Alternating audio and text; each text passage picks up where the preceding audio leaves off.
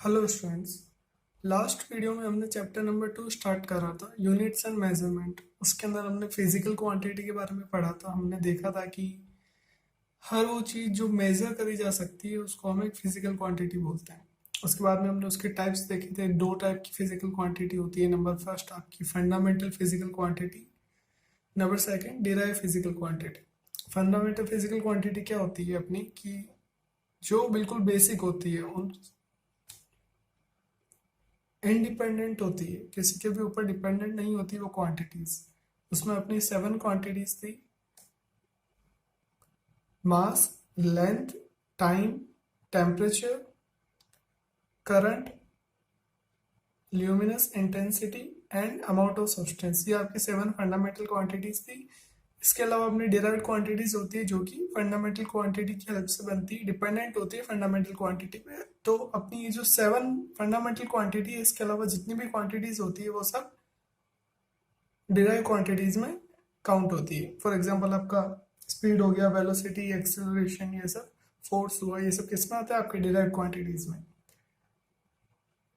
उसके बाद हमने यूनिट्स की बात करी थी। हमने देखा था कि हम जब भी मेजरमेंट करते हैं फिजिक्स में लेबोरेटरी के अंदर, तो वो जो मेजरमेंट होता है किसी एक स्टैंडर्ड की कंपेरेटिव में होता है, जो कि सेम यूनिट का होना चाहिए। मतलब अगर मैं मास का मेजरमेंट कर रहा हूँ तो मेरे को कोई एक स्टैंडर्ड मास चाहिए, तो वो जो स्टैंडर्ड होता है उसको अपन क्या बोलते हैं? यूनिट।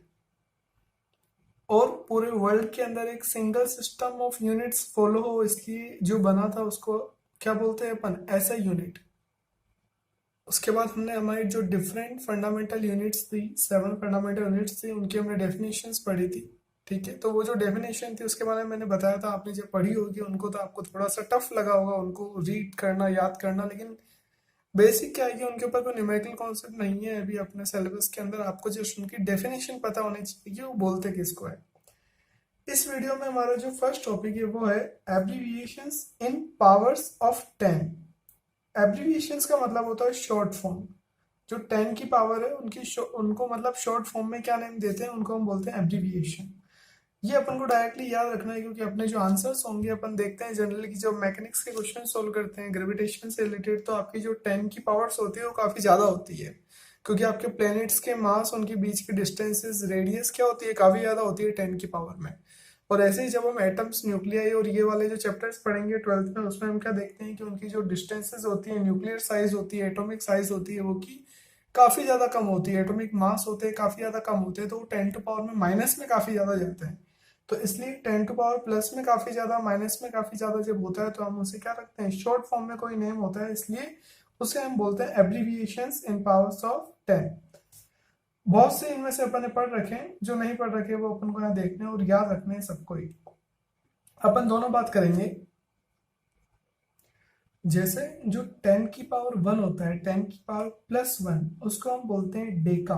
और उसका जो सिंबॉलिक रिप्रेजेंटेशन होता है वो होता है स्मॉल डी ए। ऐसे 10 की पावर माइनस 1 जो होता है उसको हम बोलते हैं deci, symbolic representation only D.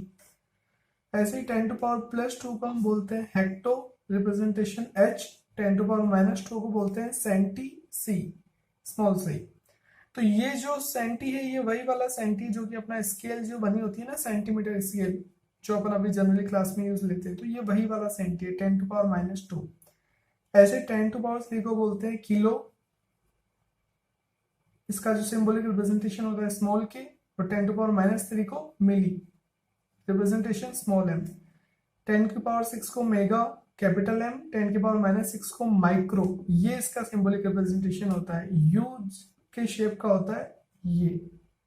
ठीक है, नेक्स्ट 10 टू पावर 9 को गीगा, कैपिटल जी।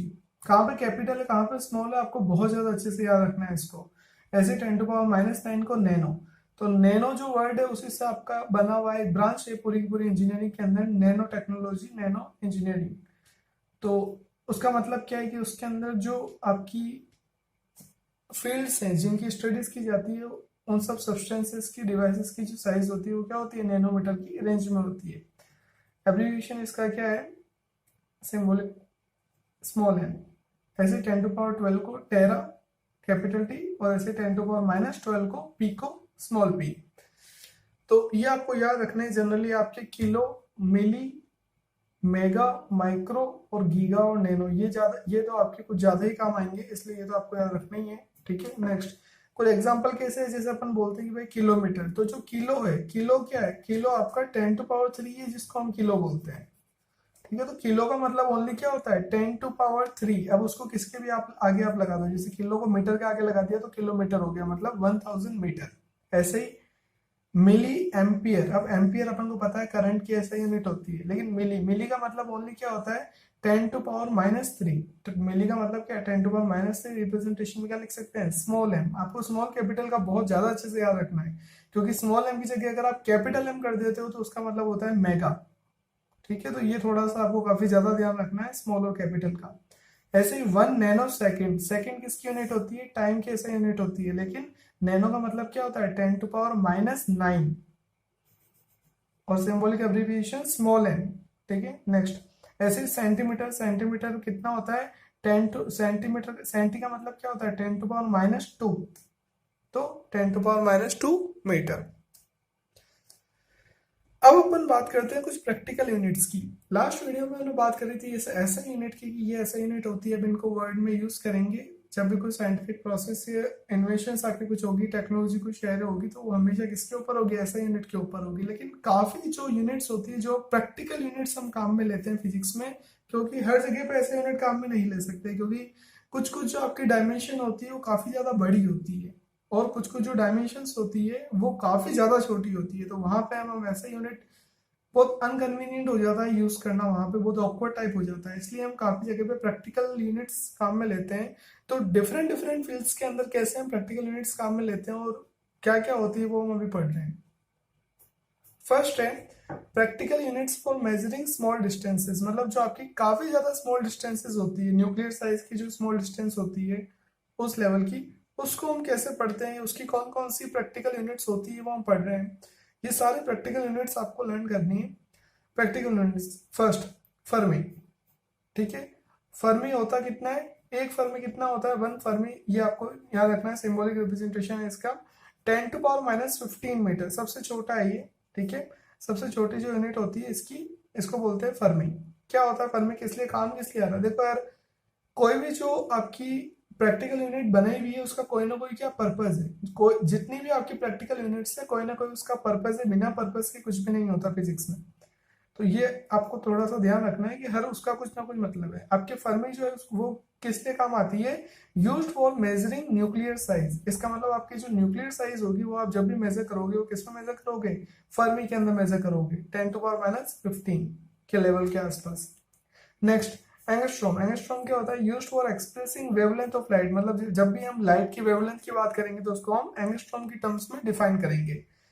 इसका सिंबॉलिक रिप्रेजेंटेशन आपको याद रखना है, थोड़ा सा अलग है, इसमें ए के ऊपर एक आपका स्मॉल सर्कल बोल सकते हैं, स्मॉल डॉट बोल सकते हैं, ये आपका इसका सिंबॉलिक रिप्रेजेंटेशन है। कितना होता है एंगस्ट्रॉम, 10⁻⁻10 मीटर, 10⁻⁻10 मीटर, और सेंटीमीटर में क्या बोल सकते हैं इसको, 10⁻⁸ सेंटीमीटर। थोड़ा सा आपको दोनों याद रखने हैं। नेक्स्ट नैनोमीटर, नैनो अपन को पता है कितना होता है, 10⁻⁹मीटर, नैनो अभी अपन ने पढ़ा है, ये वही वाला नैनोमीटर है, ये भी किसके लिए काम आता है, वेवलेंथ के लिए, इसलिए दोनों आपको ध्यान रखना है। वेवलेंथ के लिए दो काम में आते हैं, एक तो एंगस्ट्रॉम 10⁻⁻10 मीटर और 10⁻⁹मीटर, किसके लिए, वही वेवलेंथ के लिए nanometre. Next micron, micro, micro ऐसे नाम से पता चल रहा है, ये रहा आपका माइक्रो, माइक्रो कितना होता है, 10⁻⁻6, तो वही आपका माइक्रोन होता है, किसकी यूनिट होती है, distance, generally small distances measure करने के लिए अपन काम में लेते हैं माइक्रोन, कितना होता है, और इसको रिप्रेजेंट कैसे करते हैं, लिखते कैसे, सिंबल की फॉर्म में, 1, जैसे 1 माइक्रोन में मतलब 1 माइक्रोमीटर, कितना होता है, 10⁻⁻6 मीटर।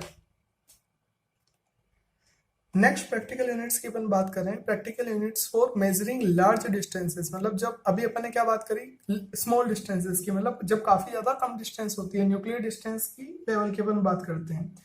अब अपन बात कर रहे हैं practical units for measuring large distance, जब आपकी डिस्टेंस काफी ज्यादा होती है। फर्स्ट वन है उसमें लाइट ईयर, लाइट ईयर एक डिस्टेंस की यूनिट है, कैसे, it is the distance travel by light in 1 year, मतलब आपकी जो लाइट है वो 1 ईयर में जितना ट्रेवल करेगी, वो जो डिस्टेंस होती है उसको बोलते हैं लाइट ईयर। फॉर्मूला क्या है इसका, वही डिस्टेंस तो क्या होगा, स्पीड इनटू टाइम स्पीड क्या है किसकी, लाइट की बात कर रहे हैं तो स्पीड ऑफ लाइट जनरली किसमें लेते हैं अपन, वैक्यूम में। और टाइम कितना ले रहे हैं अपन, 1 ईयर का टाइम ले रहे हैं, ठीक है। तो speed of light in vacuum क्या होती है, अपन पढ़ते आ रहे हैं स्मॉल क्लासेस से, 3 × 10⁸ मीटर पर सेकेंड।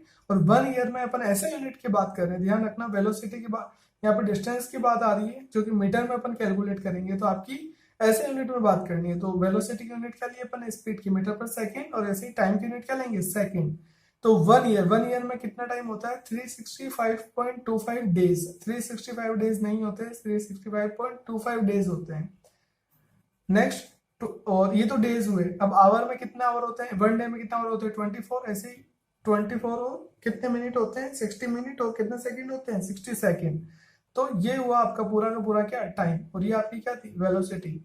तो इससे आप क्या करेंगे, क्या निकलेगी, डिस्टेंस निकलेगी, 1 लाइट ईयर। मतलब वो डिस्टेंस ट्रेवल जो कि लाइट कितने में ट्रेवल कर रही है, 1 ईयर में जो डिस्टेंस ट्रेवल कर रही है कितनी होती है वो, इसको जो मल्टीप्लाई करते हैं तो आपका आता है 9.467 इंटू 10⁻15 मीटर। ये आपकी डिस्टेंस होती है 1 लाइट ईयर। तो जब भी अपन एस्ट्रोनॉमी की बात करते हैं, एस्ट्रोनॉमी के अंदर बात करते हैं प्लैनेट्स की, इनकी, तो अपन जो डिस्टेंस की बात करते हैं वो बोलते हैं कि वो जैसे कोई प्लैनेट है, कोई स्टार है, तो वो इतने लाइट ईयर्स अवे है अपन से, तो वो यहाँ से पता चलता है। Next, astronomical unit. Astronomical unit क्या होती है, it is defined as the mean distance of the earth from the sun. मतलब अर्थ और सन के बीच की जो डिस्टेंस है उसको अपन बोलते हैं एस्ट्रोनॉमिकल यूनिट। फिर से, जो अर्थ और सन के बीच की डिस्टेंस है उसको बोलते हैं एस्ट्रोनॉमिकल यूनिट। एस्ट्रोनॉमी में अपन काम में लेते हैं उसको, और जनरली उससे अपन डिफरेंट प्लैनेट्स की डिस्टेंसेस वो भी अपन कैलकुलेट करते हैं। कितनी होती है, 1.46 इंटू 10⁻11 मीटर। ये किसकी डिस्टेंस है, लगभग एवरेज मेन डिस्टेंस है किसकी, अर्थ की और सन की। कितनी है, 1.46 इंटू 10⁻11 मीटर। नेक्स्ट है आपका पार्सेक। ये क्या है, आपकी लार्जेस्ट प्रैक्टिकल यूनिट है आपकी किसकी, डिस्टेंस की। इससे बड़ी कोई यूनिट नहीं है। कितनी होती है वो, 3.08 इंटू 10⁻16 मीटर। आपको जनरली बस वैल्यू ही याद रखनी है, इन दो की डेफिनेशन और वैल्यू, और यहाँ पे ओनली इसकी वैल्यू। पार्सेक क्या है, लार्जेस्ट प्रैक्टिकल यूनिट है, ध्यान रखना है। सेकंड्स की वैल्यू कितनी होती है, 3.08 इंटू 10⁻16 मीटर, जो कि किसके इक्वल है, अगर लाइट ईयर्स में अगर कंपेयर करो तो कितना हो जाता है, 3.26 light year. Next, practical units for measuring areas. मतलब अपन जब भी एरिया मेजर करते हैं तो प्रैक्टिकली अपन उसको, जैसे अपन बात करते हैं विलेजेस में कैसे मेजर करते हैं और उसको ऑफिशियली कैसे मेजर करते हैं, वो अपन बात कर रहे हैं। जैसे आपके एरिया जो होता है, फील्ड्स वगैरह जो होते हैं, खेत वगैरह उनका, या कोई भी जो जमीनें वगैरह होती है उनका लैंड्स का जो एरिया होता है वो कैसे कैसे होता है, दो तरह से अपन मेजर कर सकते हैं उसको। दो तरह से प्रैक्टिकली अपन काम में लेते हैं, दो वर्ड। फर्स्ट है एकड़। एकड़ आपका कितना होता है, 4047 मीटर स्क्वायर। फिर से 4047 मीटर स्क्वायर। ये क्या होता है आपका, 1 एकड़। और ऐसे 1 हेक्टेयर कितना होता है आपका, ऑफिशियल जो लैंग्वेज होती है उसमें 10⁻4 मीटर स्क्वायर। 10⁻4 कितना होता है, 10,000 मीटर स्क्वायर, ठीक है। तो 10,000 मीटर स्क्वायर जो है वो क्या होता है, 1 हेक्टेयर। और 1 एकड़ कितना होता है, 4047 मीटर स्क्वायर। तो ये दोनों आपको ध्यान रखने प्रैक्टिकल यूनिट से, ठीक है, किसकी, एरिया को मेजर करने की। ऐसे ही नेक्स्ट में अपने हैं practical units for measuring large masses. जब आपके जो मास होते हैं काफी ज्यादा बड़े होते हैं उस टाइम पे उनकी प्रैक्टिकल यूनिट्स क्या होती है उसकी अपन बात कर रहे हैं। फर्स्ट है आपका टन और मैट्रिक टन, जिसको मैट्रिक टन भी बोलते हैं। वो कितना होता है, 1000 केजी। आपके जैसे आप ट्रक्स वगैरह जो होते हैं इनके जो वेट होते हैं काफी, जब आपका बहुत ज्यादा लार्ज मासेस की बात होती है, ट्रक्स हो गए, एरोप्लेन्स हो गए, ट्रेन हो गई है, उनके कुछ भी वेट, ज्यादा वेट जो बहुत ज्यादा होता है तो किसमें अपन मेजर करते हैं, टन में मेजर करते हैं। 1 टन आपका होता है 1000 केजी।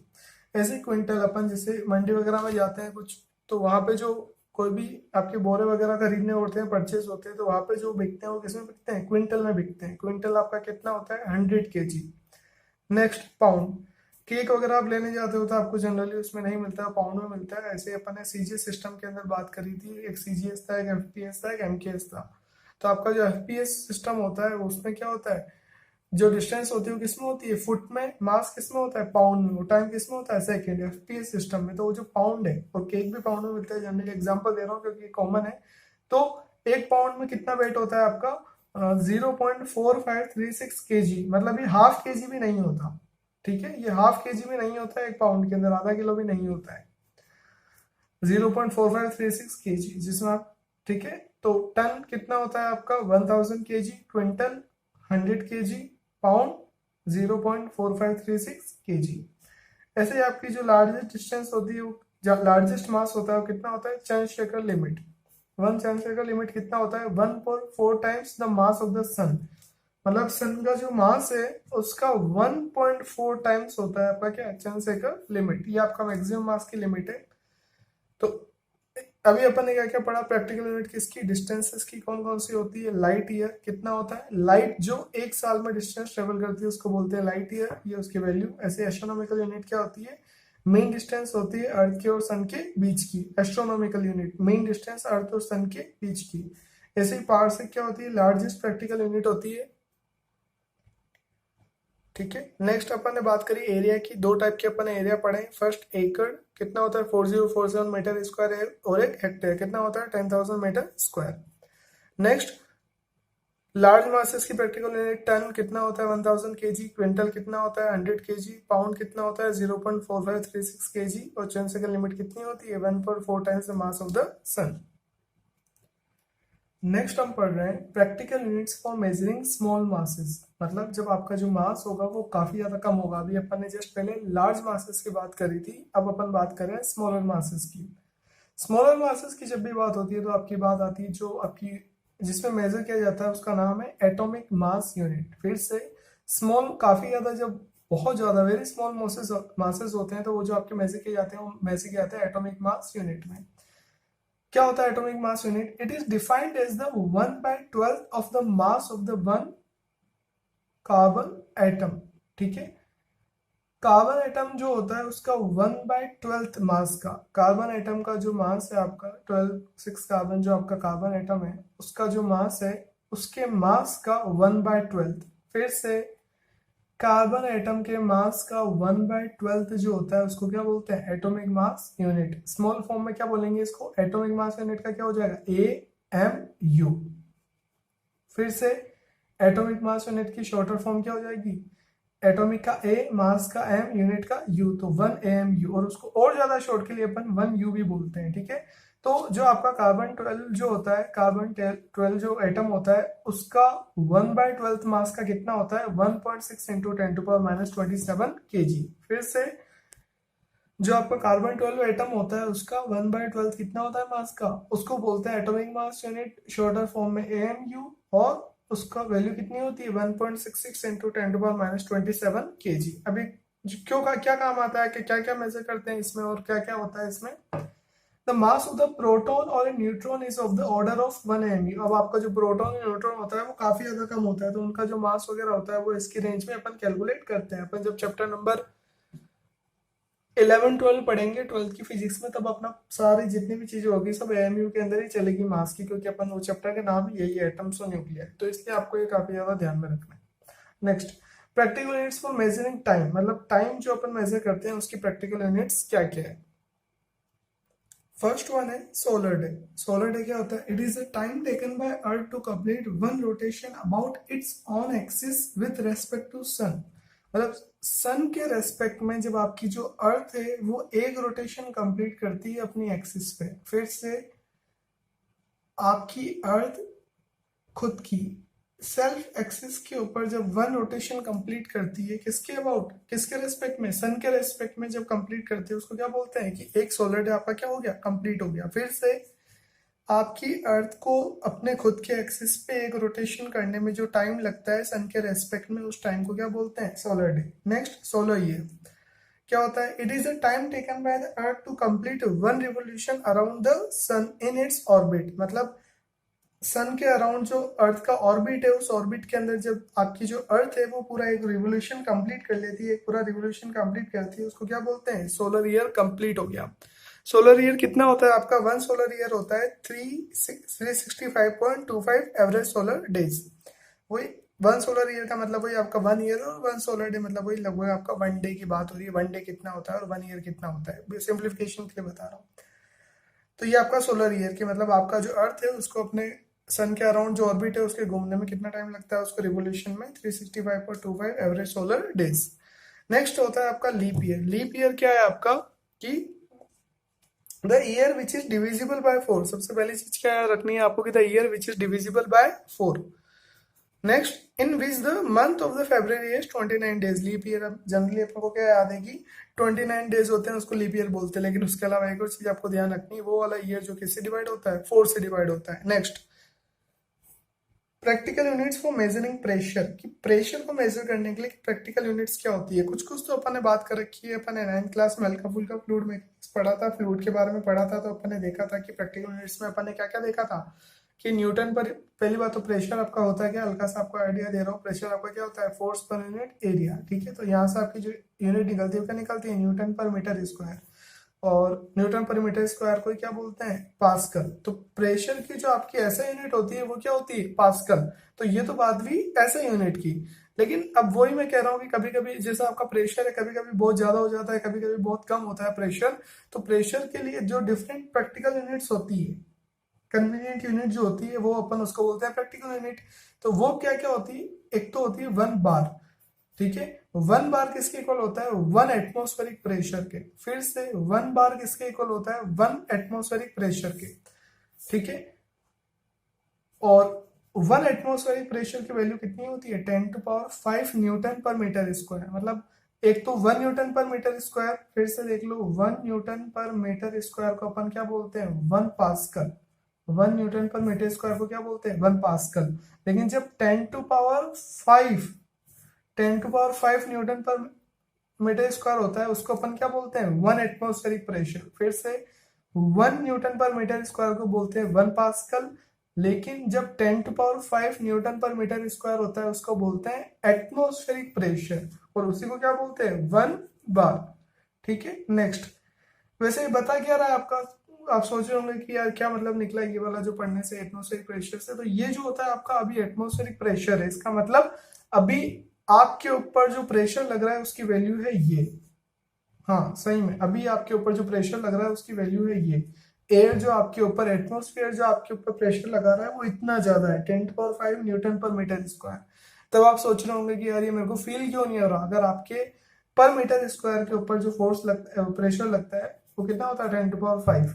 तो आप सोच रहे होंगे कि यार ये फील क्यों नहीं हो रहा, मेरे को लग क्यों नहीं रहा कि मेरे ऊपर इतना प्रेशर लग रहा है। क्योंकि एक्चुअल में होता ये कि अपनी बॉडी के अंदर जो ब्लड सर्कुलेट होता है वो भी इतना ही प्रेशर एक्सर्ट करता है। तो इस रीजन से वो टोटल ओवरऑल इफेक्ट क्या हो जाता है, कैंसल, तो अपन को फील नहीं होता। लेकिन जबकि एक्चुअल में इतना आपका प्रेशर लगता है बॉडी के ऊपर। नेक्स्ट, और इसके अलावा जो अपन फ्लूइड मैकेनिक्स पढ़ते हैं, जब चैप्टर नंबर 10 में अपन पढ़ेंगे फ्लूइड मैकेनिक्स या फ्लूइड की जो प्रॉपर्टीज होती है, उसमें अपन देखते हैं कि आपकी जो प्रेशर होता है उसको एक हाइट की टर्म्स में भी डिनोट करते हैं। प्रेशर को हाइट की टर्म्स में भी डिनोट करते हैं, हाइट से भी पता चलता है कितना प्रेशर है, अपन उसमें पढ़ेंगे। तो हाइट की टर्म्स में आपका 1 एटमॉस्फेरिक प्रेशर किसके इक्वल होता है, 760 mm of Hg column. Hg column, column मतलब ट्यूब बोल सकते हैं, ये ट्यूब जो होती है उसको अपन कॉलम बोलते हैं, इसका डायमीटर कम होता है। तो वो जो कॉलम है उसके अंदर आपने क्या फिल करा, Hg फिल करा। Hg मतलब मरकरी। वो जो आपकी कॉलम है, आपकी ट्यूब है, उसमें आपने क्या फिल करा, मरकरी फिल करा। उसकी बेस से, ग्राउंड से कितनी हाइट है, 760 mm, मतलब 76 सेंटीमीटर। वो जो हाइट होती है वो क्या रिप्रेजेंट करती है, एटमॉस्फेरिक प्रेशर को रिप्रेजेंट करती है। कैसे रिप्रेजेंट करती है वो अपन उसी चैप्टर में पढ़ेंगे। अभी आपको बस याद रखना है कि 1 एटमॉस्फेरिक प्रेशर किसके इक्वल होता है, 1 बार, ये तो अपन यहाँ पढ़ चुके हैं। और 1 एटमॉस्फेरिक प्रेशर किसके इक्वल होता है, लिक्विड कॉलम की टर्म्स में 760 mm ऑफ, mm मतलब millimetre, millimetre of Hg column. तो अभी अपन ने बात करी किस किस की, practical unit for measuring small masses, उसमें क्या होती है, ओनली एटॉमिक मास यूनिट। क्या होती है एटॉमिक मास यूनिट, जो कार्बन 12 एटम होता है उसका कितना पार्ट, 1/12 पार्ट, उसको हम क्या बोलते हैं, एटॉमिक मास यूनिट। क्या यूज है उसका, होती कितनी है, रिप्रेजेंट किसे करते हैं, 1 AMU से रिप्रेजेंट करते हैं। कितनी होती है, 1.66 इंटू 10⁻27 kg। क्या काम है इसका, जो प्रोटॉन और न्यूट्रॉन का मास होता है वो इसी में अपन इसी ऑर्डर का होता है। Next, practical unit for measuring time, इसमें दो होते हैं, सोलर डे और सोलर ईयर, और एक और लीप ईयर। लीप ईयर क्या होता है, जो 4 से डिवाइड होता है रोज में। फेब्रुअरी कितना टाइम की होती है, 29 डेज की। सोलर डे क्या होता है, जब आपकी अर्थ अपने एक्सिस के ऊपर एक रोटेशन कंप्लीट कर लेती है सन के रिस्पेक्ट में। सोलर ईयर क्या होता है, जब आपका जो अर्थ है वो सन के अराउंड एक रिवोल्यूशन कंप्लीट कर लेती है अपने ऑर्बिट में। ऐसे आपकी जो प्रेशर की प्रैक्टिकल यूनिट होती है वो क्या क्या होती है, फर्स्ट होती है आपकी, एक एटमॉस्फेरिक प्रेशर जो होता है आपका वो किसके इक्वल होता है, 1 बार के इक्वल होता है। कितना होता है वो वैल्यू टर्म्स में 10⁵ न्यूटन पर मीटर स्क्वायर। न्यूटन पर मीटर स्क्वायर क्या बोलते हैं, पास्कल। तो क्या लिख सकते हैं 10⁵ पास्कल। तो 10⁵ पास्कल को क्या बोलते हैं, 1 एटमॉस्फेरिक प्रेशर या फिर 1 बार। और आपका जो मैंने बताया कि फ्लूइड प्रॉपर्टीज में भी होता है, तो वो कितना होता है 760 mm of Hg column. Next है आपका ऑर्डर ऑफ मैग्नीट्यूड। ठीक है, तो ऑर्डर ऑफ मैग्नीट्यूड क्या होता है, पहले अपन इसकी डेफिनेशन देखते हैं। The order of magnitude of a physical quantity is the power of 10 which is closed to its magnitude. मतलब उसके कोई भी फिजिकल क्वांटिटी है तो उसका जो मैग्नीट्यूड है, ठीक है, उसके क्लोजेस्ट पावर ऑफ 10 जो है उसको अपन क्या बोलते हैं, ऑर्डर ऑफ मैग्नीट्यूड। फिर से the order of magnitude of a physical quantity is that power of 10, मतलब 10 की वो वाली पावर जो कि क्लोजेस्ट है उसके मैग्नीट्यूड के। फिर से 10 की वो वाली पावर फिजिकल क्वांटिटी की 10 की वो वाली पावर जो उसके मैग्नीट्यूड के क्लोजेस्ट है। एग्जांपल में समझ में आ जाएगा। अभी मैथमेटिकल फॉर्म में कैसे एक्सप्रेस करते हैं, to determine the order of magnitude of a number n we express it as n equal to capital N equal to small n into 10⁻x।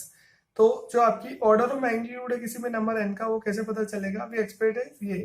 ठीक है, और इसको ये चीज आपको ध्यान रखनी है। अब आपके माइंड में आ रहा होगा कि सर ये जो टॉपिक है ऑर्डर ऑफ मैग्नीट्यूड, इसका मतलब क्या है। देखो, अपने जो फिजिक्स के आंसर आते हैं वो काफी ज्यादा स्कोप में आते हैं। अपन बात कर चुके हैं फिजिक्स के स्कोप की, काफी वाइड वैरायटी में स्कोप होता है, काफी ज्यादा कम से काफी ज्यादा, मतलब 10⁻ काफी ज्यादा माइनस से 10⁻ काफी ज्यादा प्लस में। तो उसको अपन आंसर के टर्म्स में कैसे लिखते हैं, तो ये जो अभी अपना टॉपिक है ये अपना कंप्लीट 11th और कंप्लीट 12th में काम आएगा। कैसे, अभी अपन यहाँ पे एग्जाम्पल करेंगे, जब समझ जाएंगे। एग्जाम्पल समझ में कब आएंगे, जब आप यहाँ पे ये वाली चीज समझोगे जो मैं सर्कल में कर रहा हूँ। ढंग से देखना, इफ 0.5 जो आपका n की वैल्यू है, ये जो फॉर्मूले में n की वैल्यू है, अगर वो 0.5 से ज्यादा है और 5 से कम है और इक्वल है, तब x will be the order of the magnitude of n। ठीक है, x will be the order of magnitude of n। मतलब जो आपका नंबर है उसका ऑर्डर कितना हो जाएगा, मैग्नीट्यूड का x हो जाएगा। लेकिन x कब होगा, जब जो n की वैल्यू है कहाँ होनी चाहिए, 0.5 से 5 के बीच में होनी चाहिए। फिर से स्मॉल, बिल्कुल इजी वे में आपको बताता हूँ। n की वैल्यू 0.5 से 5 के बीच में होनी चाहिए। सर नहीं भी तो लेके आएंगे। कैसे लेके आएंगे, एग्जांपल देखो, 8 इसके बीच में आ रहा है क्या, नहीं आ रहा। नहीं आ रहा तो क्या करो, इसको 10 से डिवाइड कर सकते हो। फिर से आपका जो 8 है, फर्स्ट एग्जांपल में क्या 8 इसके बीच में आ रहा है क्या, 0.5 से 5 के बीच में नहीं आ रहा, तो क्या करेंगे, लेके आएंगे। कैसे लेके आएंगे, इसको 10 से डिवाइड कर सकते हैं।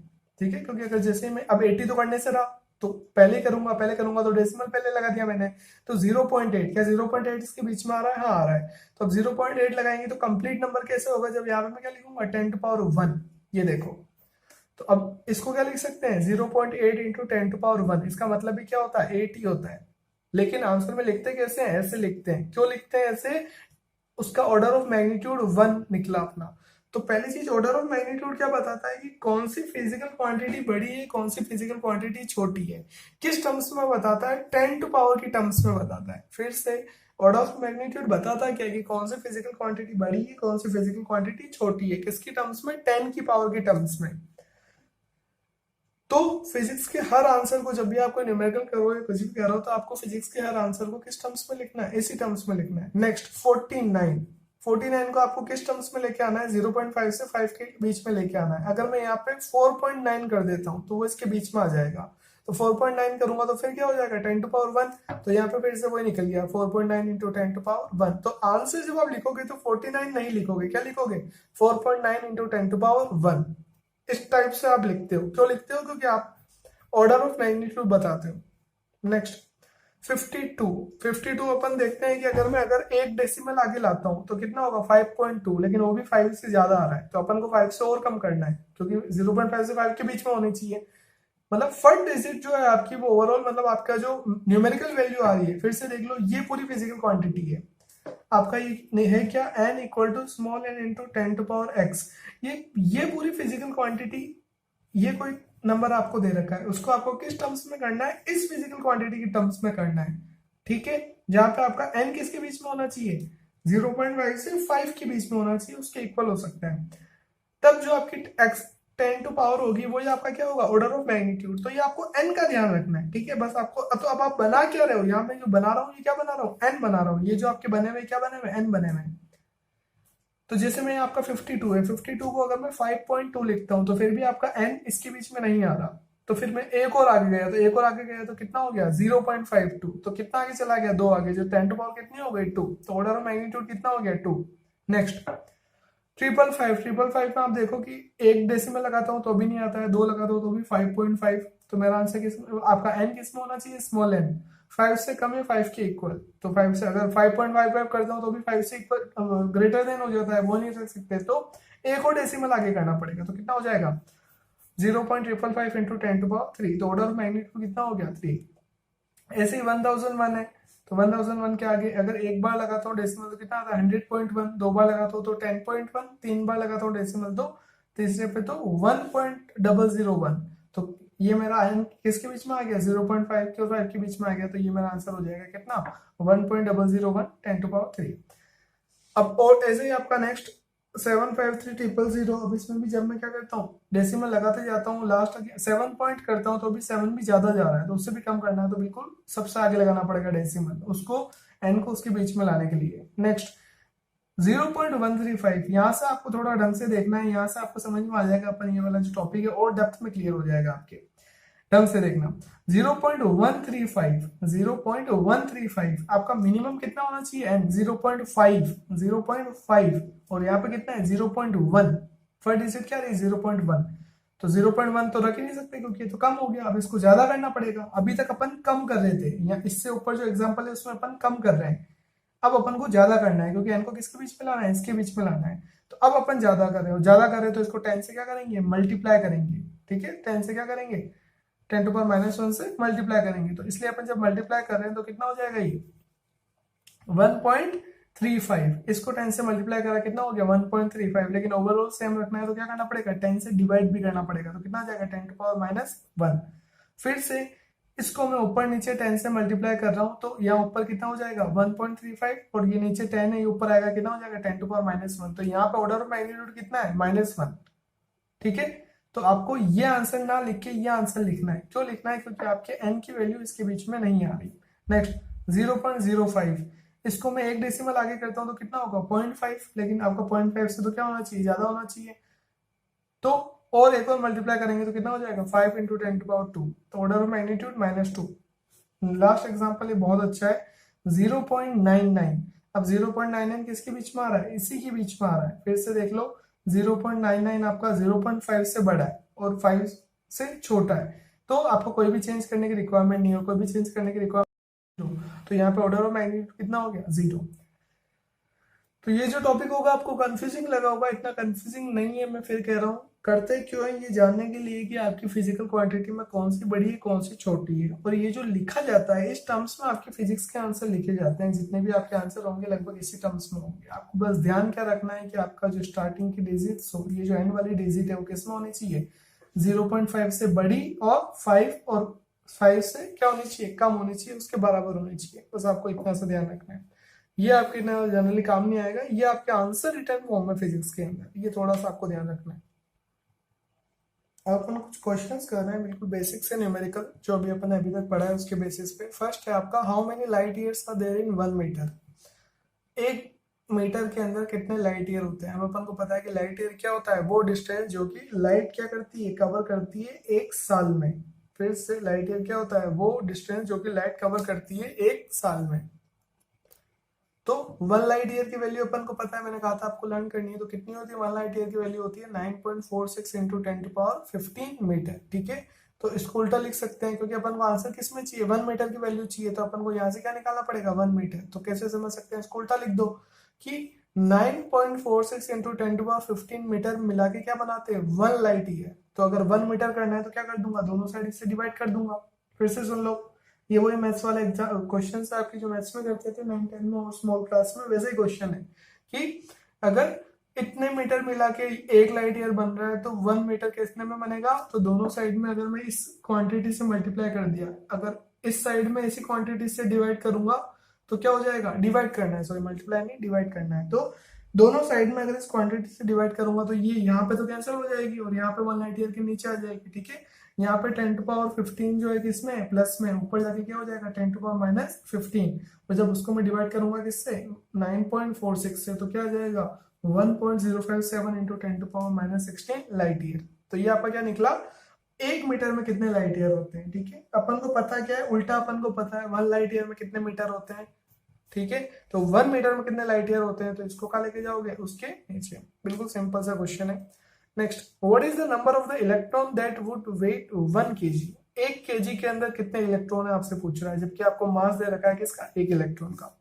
फिर से 1 kg के कितने, 1 kg के अंदर कितने इलेक्ट्रॉन आ रहे हैं, ये आपसे क्वेश्चन पूछ रहा है। 1 kg के अंदर कितने इलेक्ट्रॉन होंगे, जबकि आपको 1 इलेक्ट्रॉन का मास पता है। तो आपको मास क्या पता है, टोटल मास, और आपको सॉरी गिवन क्या क्या है, वही टोटल मास गिवन है कितना 1 kg आपसे पूछ रहा है, और मास ऑफ 1 इलेक्ट्रॉन का मास आपको कितना गिवन है 9.11 इंटू 10⁻31 kg, ठीक है। तो आपको पता क्या है, टोटल मास पता है, 1 इलेक्ट्रॉन का मास पता है। तो अगर मैं टोटल मास में 1 का डिवाइड कर दूं तो मेरे को क्या मिल जाएगा, टोटल नंबर ऑफ इलेक्ट्रॉन, ठीक है। अगर टोटल मास में 1 का मास अगर मैं कर देता हूं तो मेरे को क्या मिल जाएगा, टोटल नंबर ऑफ इलेक्ट्रॉन। इसको समझ कैसे रखते हैं, इस टाइप के क्वेश्चन आपको याद कैसे रखना है, आपके नेक्स्ट 12th में भी ये थोड़ा बेसिक काम आएगा इस टाइप का। कैसे याद रखना है, ऐसे समझ लो। जैसे आपको बोला कि भाई 1 किलो के अंदर कितने आलू होंगे, जबकि एक एक जो आलू है वो कितना है 100 ग्राम का है। ये 15 ग्राम 20 ग्राम जितना भी आपको बोले, फिर से समझ लो। वो जैसे 10 kg के अंदर कितना आलू होंगे, जबकि एक आलू का मास आपको पता है। तो आप कैसे निकालोगे, 10 kg के अंदर एक आलू का मास डिवाइड कर दोगे तो आपको क्या मिल जाएगा, टोटल नंबर ऑफ आलू आपको पता चल जाएंगे। ये वही एग्जांपल है कि आपको टोटल मास दे रखा है, टोटल मास में अगर 1 का डिवाइड कर दोगे तो नंबर पता चल जाता है आपको कि नंबर ऑफ क्वांटिटीज कितनी है। तो जब भी 12th में काम आएगा ये, और अभी भी आपको बहुत अच्छे से ध्यान रखना है कि जब भी नंबर पूछा हो तो टोटल मास में 1 का मास डिवाइड कर दो तो क्या मिल जाएगा, आपको नंबर पता चल जाएगा। नेक्स्ट क्वेश्चन है, convert an acceleration of 2 kilometre per hour into 2 kilometre per hour square into centimetre पर सेकंड स्क्वायर, ठीक है। तो आपको किस में दे रखा है, 2 किलोमीटर पर आवर स्क्वायर में दे रखा है, ठीक है। तो आपको एक्सेलरेशन गिवन किस में, 2 किलोमीटर पर आवर स्क्वायर में, किस में कन्वर्ट करना है, सेंटीमीटर में। अब अपन को पता है कि सेंटीमीटर पर सेकंड स्क्वायर में आपको कन्वर्ट करना है। अपन को पता है कि 1 किलोमीटर में मीटर कितने होते हैं, 1000 मीटर होते हैं। फिर से 1 किलोमीटर में कितने मीटर होते हैं, 1000 मीटर होते हैं। और 1 मीटर में कितना सेंटीमीटर होता है, 100। तो 1000 इंटू 100 सेंटीमीटर, तो कितना हो गया 10⁵ सेंटीमीटर। फिर से 1 किलोमीटर में 1000 मीटर होते हैं, 1 मीटर में कितने सेंटीमीटर होते हैं, 100। तो उसको जब मल्टीप्लाई करते हैं 1000 से तो कितना आ जाता है 10⁵ सेंटीमीटर। तो ऊपर कितना हो गया 2 जो ऑलरेडी गिवन है, इंटू किलोमीटर की जगह क्या लिख सकते हैं 10⁵ सेंटीमीटर, डिवाइड में क्या है आवर का स्क्वायर। अब अपन को पता पूछ किस में रहा है, सेकंड में। तो 1 आवर में कितने सेकंड होते हैं, 1 आवर में 60 मिनट होते हैं, और 1 मिनट में कितने सेकंड होते हैं 60। तो 3600 क्या सेकंड। पर यहाँ क्या आवर स्क्वायर, तो अपन को सेकंड का भी क्या करना पड़ेगा, स्क्वायर करना पड़ेगा। तो फिर से सुन लो, 1 आवर के अंदर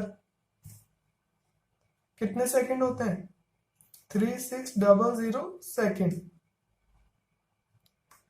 फिर से अपन बात कर रहे हैं कि किलोमीटर के अंदर कितने सेंटीमीटर होते हैं, 1 किलोमीटर में 1000 मीटर, और 1 मीटर में 100 सेंटीमीटर। तो 1 किलोमीटर में कितने सेकंड हुए 10⁵ सेंटीमीटर। ऐसे ही नीचे क्या आवर स्क्वायर किस में चाहिए, सेंटीमीटर स्क्वायर में। तो 1 आवर में कितने सेकंड होते हैं, 3600 सेकंड। तो 1 आवर में 3600 सेकंड, तो आवर स्क्वायर में क्या हो जाएंगे 3600 सेकंड का स्क्वायर। जब अपन इसको सोल्व करते हैं तो अपना कितना आता है 0.0154 सेंटीमीटर पर सेकंड स्क्वायर। तो ये आपका यूनिट कन्वर्जन है और कुछ भी नहीं है। सिंपली आपको जनरली ध्यान रखना है कि कितने में कितना होता है, किलोमीटर में कितने सेंटीमीटर होते हैं, किलोमीटर में कितने मीटर, आवर में कितने सेंटीमीटर। बच्चे बिल्कुल सिंपल कैलकुलेशन जो ऊपर नीचे आप करते हो, तो आपको थोड़ा कैलकुलेशन करना आना चाहिए simply. Next, the density of a material is 0.8 ग्राम पर centimetre cube express it in ऐसा यूनिट्स। आपको डेंसिटी दे रखी है ग्राम पर सेंटीमीटर क्यूब में, इसको किस में कन्वर्ट करना है, ऐसा यूनिट में कन्वर्ट करना है। आपको पता है कि ग्राम की ऐसा यूनिट क्या होती है, ग्राम क्या है, मास की ऐसा यूनिट क्या होती है, केजी। और नीचे क्या है सेंटीमीटर क्यूब। तो सेंटीमीटर क्या है लेंथ की यूनिट है और लेंथ की ऐसा यूनिट क्या होती है मीटर। ठीक है, तो आपको इसको किस में कन्वर्ट करना है, गिवन किस में, ग्राम पर सेंटीमीटर क्यूब, कन्वर्ट किस में करना है, केजी पर मीटर क्यूब में कन्वर्ट करना है। ठीक है, तो अपन को पता है कि 1 ग्राम पर सेंटीमीटर क्यूब में कितने केजी होते हैं, 10⁻³ केजी पर मीटर क्यूब। ये आपको ध्यान रखना है। कैसे आता है ये, यहाँ समझ सकते हैं 1 ग्राम में कितने केजी होते हैं, 1/1000 केजी। फिर से जैसे 1 केजी में कितने ग्राम होते हैं, 1000 ग्राम। तो उल्टा क्या होगा इसका कि 1 ग्राम में कितने केजी है, 1/1000 केजी।